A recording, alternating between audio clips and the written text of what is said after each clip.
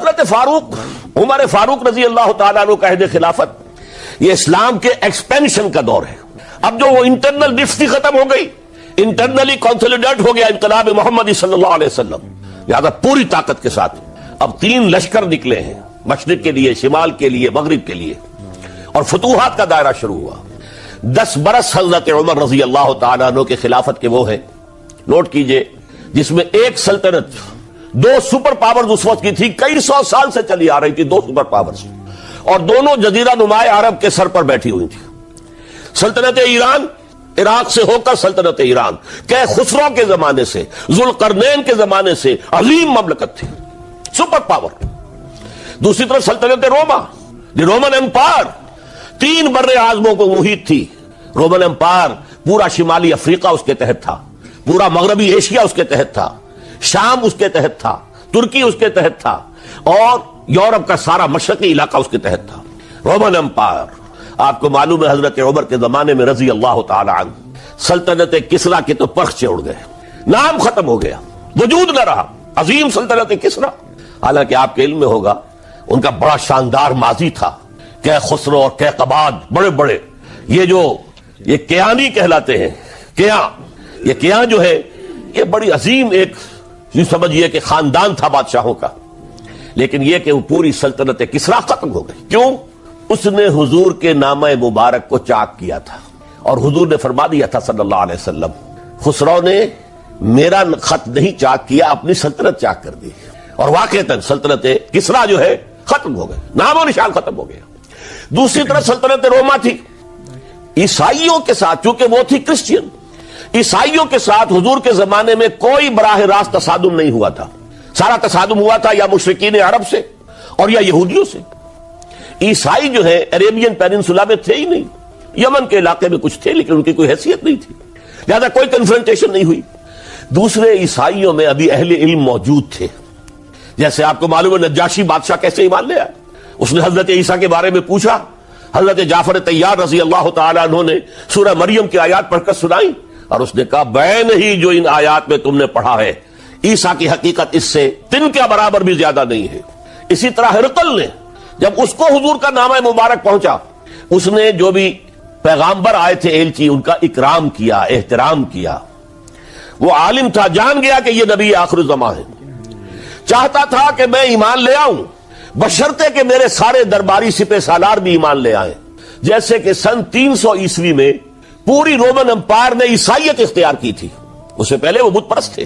300 عیسوی میں سلطنت روما کا جو ایمپرر تھا وہ ایمان لے آیا حضرت عیسیٰ پر. اس وقت تک ظاہر بات ہے اسلام حضرت عیسیٰ کا دین تھا, حضور تو ابھی آئے نہیں, حضور کے آنے میں تو ابھی 300 برس سے باقی ہیں.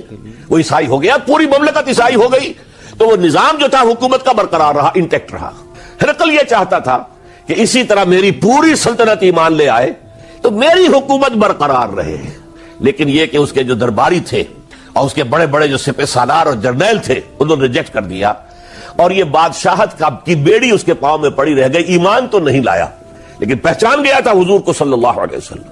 اور اس سلطنت روما سے پھر آپ کو معلوم ہونا چاہیے کہ مسلمانوں نے اس کی 3 ٹانگوں میں سے 2 ٹانگیں توڑ دی, پورے شمالی افریقہ سے نکال باہر کیا, پورے مغربی ایشیا سے یہ شام اور ترکی کا علاقہ اناطولیہ نکال دیا, اور اس کی سلطنت محدود رہ گئی یورپ کے اندر.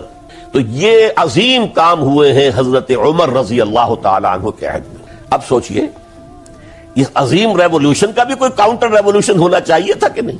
ایرانی بڑے زبردست نیشنلسٹ لوگ تھے, نسل پرست, اپنی نسل پر فخر کرنے والے. ہماری روایات عظیم ہیں, ہم کہ خسرو کے وارث ہیں. اور آپ کو معلوم ہے کہ آخری جو بادشاہ تھا رضا شاہ پہلوی, وہ چاہتا تھا کہ خسرو کے دور کی عظمت اور سطوت کو دوبارہ لے آئے. 2500 سالہ جشن اس نے منایا تھا, وہ چاہتا تھا وہی شان میری ہو جائے جو کہ خسرو کی تھی. یہ جو ان کے اندر نیشنلزم تھا, جب ان کی سلطنت کے پرخچے اڑ گئے حضرت عمر رضی اللہ تعالیٰ عنہ کے ہاتھوں, تو ان کے دلوں میں حضرت عمر کی دشمنی, وہ خون کے پیاسے ہو گئے عمر کے رضی اللہ تعالیٰ عنہ. میں یہاں آپ کو ذرا ایک حوالہ دے دوں. فردوسی نے جو شاہ نامہ لکھا, حالانکہ وہ مسلمان تھے لیکن چونکہ پرانے ایرانی ذہن کی عکاسی کر رہے تھے, تو انہوں نے جب کہ عرب فوجیں آئی ہیں تو اس نے ایران کا جو اپنے اوپر فخر تھا اس کی ترجمانی کرتے ہوئے لکھا ہے, زشیر شتر خوردن و سوسمار عرب را بجائیست آیت قرار کہ تختے کیا را کنند آرزو تفو برتو ہے چرخ کرداں تفو کہ یہ عرب اونٹنیوں کا دودھ پینے والے، گوہ کھانے والے. یہ گوہ ایک بڑی سی چھپکلی کا جیسا جانور ہوتا ہے جو صحرا کے اندر ہوتا ہے اور وہ اپنا ایک گھر بنا کر رہتا ہے، اسے کھاتے تھے. تو یہ گوہ کھانے والے، اونٹنیوں کا دودھ پینے والے عرب، آج ان کی یہ جرت، یہ جسارت، یہ ہمت کہ تخت کیاں را کنند آرزو، کہ وہ آج آرزو کر رہے ہیں کہ کئے سلطنت کئے کا تخت جو ہے وہ ہمیں مل جائے. تفو برتو ہے چرخ گرداں تفو، تف ہے تجھ پر اے گردش کرنے والے آسمان، تف ہے تجھ پر. لہذا اب کاؤنٹر ریولیوشنری موومنٹس آئی ہے. حضرت عمر کی شہادت اس کا نتیجہ ہے. ہرمزان ایک جرنیل تھا اور اس کے جنگی جرائم اتنے شدید تھے ایرانی کے کہ واجب القتل تھا. وہ گرفتار ہو کر حضرت عمر کے سامنے پیش کیا گیا. حضرت عمر نے فرمایا یہ واجب القتل ہے، اس کی گردن اڑا دی جائے. اس کی چالاکی دیکھیے. اس نے کہا امیر المومنین، اے مسلمانوں کے امیر عمر رضی اللہ تعالی عنہ، مجھے ذرا پانی پلوا دیجیے. حضرت عمر نے فرمایا پانی لا دو. ایک کٹورے میں پانی دے دیا گیا. پھر کہا دیکھیے امیر المومنین، مجھے ضمانت دیجیے کہ جب تک میں یہ پانی پی نہ لوں مجھے قتل نہیں کریں گے. فرمایا ہاں ہاں تم پانی پی لو، جب تک یہ پانی تم نہیں پیو گے ہم قتل نہیں کریں گے. اس نے وہ کٹورا پھینک دیا.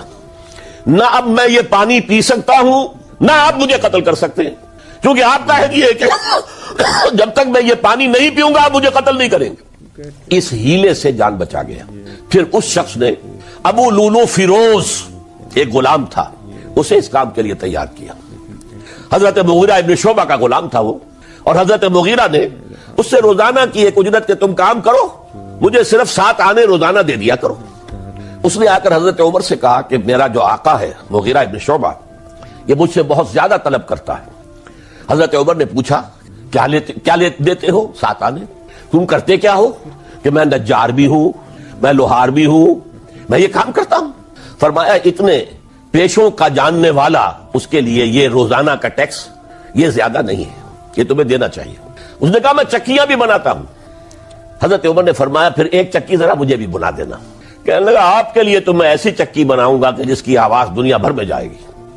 وہ شخص ہے اور ہرمزان کی سازش کے تحت وہ ایرانی جسے بعد میں ایرانیوں نے کیا کہا، جس نے قتل کیا حضرت عمر فاروق کو، حضرت ابو لولو فیروز. آج بھی ایران میں اس کی قبر کی تصویریں بکتی ہیں بازار کے اندر.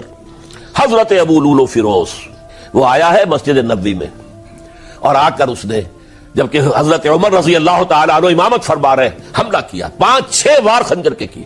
حضرت عمر رضی اللہ تعالیٰ شدید مجروح ہو گئے. یہ انتقام تھا جو عجم نے، وہ سلطنت کے جس کے ٹکڑے ختم ہو گئے تھے، جس کا ٹکڑے کر دیے گئے تھے، اس نے انتقام لیا عالم اسلام سے. سمجھا انہوں نے یہ تھا کہ شاید یہ پوری عمارت اسی ایک ستون پر کھڑی ہے، حضرت عمر ہی کے ستون پر کھڑی ہے. اس ستون کو گرا دو گے پوری عمارت گر جائے گی. لیکن ثابت ہوا نہیں، یہ محمد کی بنائی ہوئی عمارت ہے صلی اللہ علیہ وسلم. یہ بہت قوی ہے، اس کی بنیادیں بہت مضبوط ہیں. کوئی ذرا سی تریڑ بھی نہیں آئی، ذرا سی تریڑ بھی نہیں آئی. حضرت عمر فاروق کی شہادت کے بعد حضرت عثمان رضی اللہ تعالیٰ عنہ کا دور خلافت شروع ہوا اور جوں کا توں جو قافلہ چل رہا تھا آگے چلتا چلا گیا. حضرت عثمان رضی اللہ تعالیٰ عنہ کے بارے میں بہت قیل و قال ہے، ان پر تنقیدیں بھی کی، اپنوں نے بھی کی ہیں، دشمنوں نے بھی کی ہیں. لیکن بات جان لیجئے یہ تاثر غلط ہے کہ ان کے پورے دور خلافت کے اندر فتنہ رہا یا ہنگامہ رہا. قتل غلط. 10 برس خلفائے راشدین میں طویل ترین دور خلافت حضرت عثمان کا ہے رضی اللہ تعالیٰ عنہ. 12 برس. حضرت ابو بکر کے تو 2.25 برس تھے، حضرت عمر کے 10 برس تھے، ان کا 12 برس. اور 12 میں سے 10 سال ایسے تھے بعین ہی جیسے حضرت عمر کے 10 سال تھے. امن و امان ہے، سکون ہے، چین ہے، اور قافلہ اسلام بڑھ رہا ہے. فتوحات کا دائرہ بڑھتا چلا جا رہا ہے. فتوحات سیلاب کے مانند آگے بڑھ رہی ہیں. تھمتا نہ تھا کسی سے سیل رواں ہمارا یہ سیل رواں کوئی روکنے والی کوئی طاقت دنیا میں رہی نہیں تھی. کسرا ختم، سلطنت ایران ختم، اور دوسری سپر پاور سلطنت روما، اس کی 3 میں سے 2 ٹانگیں توڑ دی گئی، 1 رہ گئی. اب کون تھا؟ خارج میں کوئی طاقت نہیں تھی جو اسلام کے اس سیلاب کو اور پوری نوع انسانی پر اتمام حجت اور اللہ کے دین کو پہنچانے کے راستے میں رکاوٹ بن سکتی ہے. اب ایک فتنہ اٹھا. دیکھیے حضور کی کنفنٹریشن 3 مذاہب سے ہوئی تھی. ایک مذہب مشرکین کا، شرک کا قلع کما کر دیا گیا جزیرہ نما عرب سے، ختم ہو گیا۔ انہوں نے کاؤنٹر ریولوشنری موومنٹس اٹھائیں حضرت ابوبکر کے زمانے میں، ان کو کرش کر دیا حضرت ابوبکر صدیق رضی اللہ تعالیٰ عنہ، چاہے ہزاروں صحابہ شہید ہوئے۔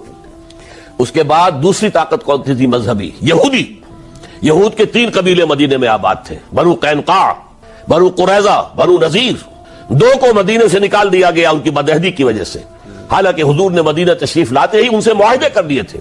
ان کا میثاق مدینہ یہ در حقیقت ایک پیکٹ تھا، جوائنٹ ڈیفنس آف مدینہ کا۔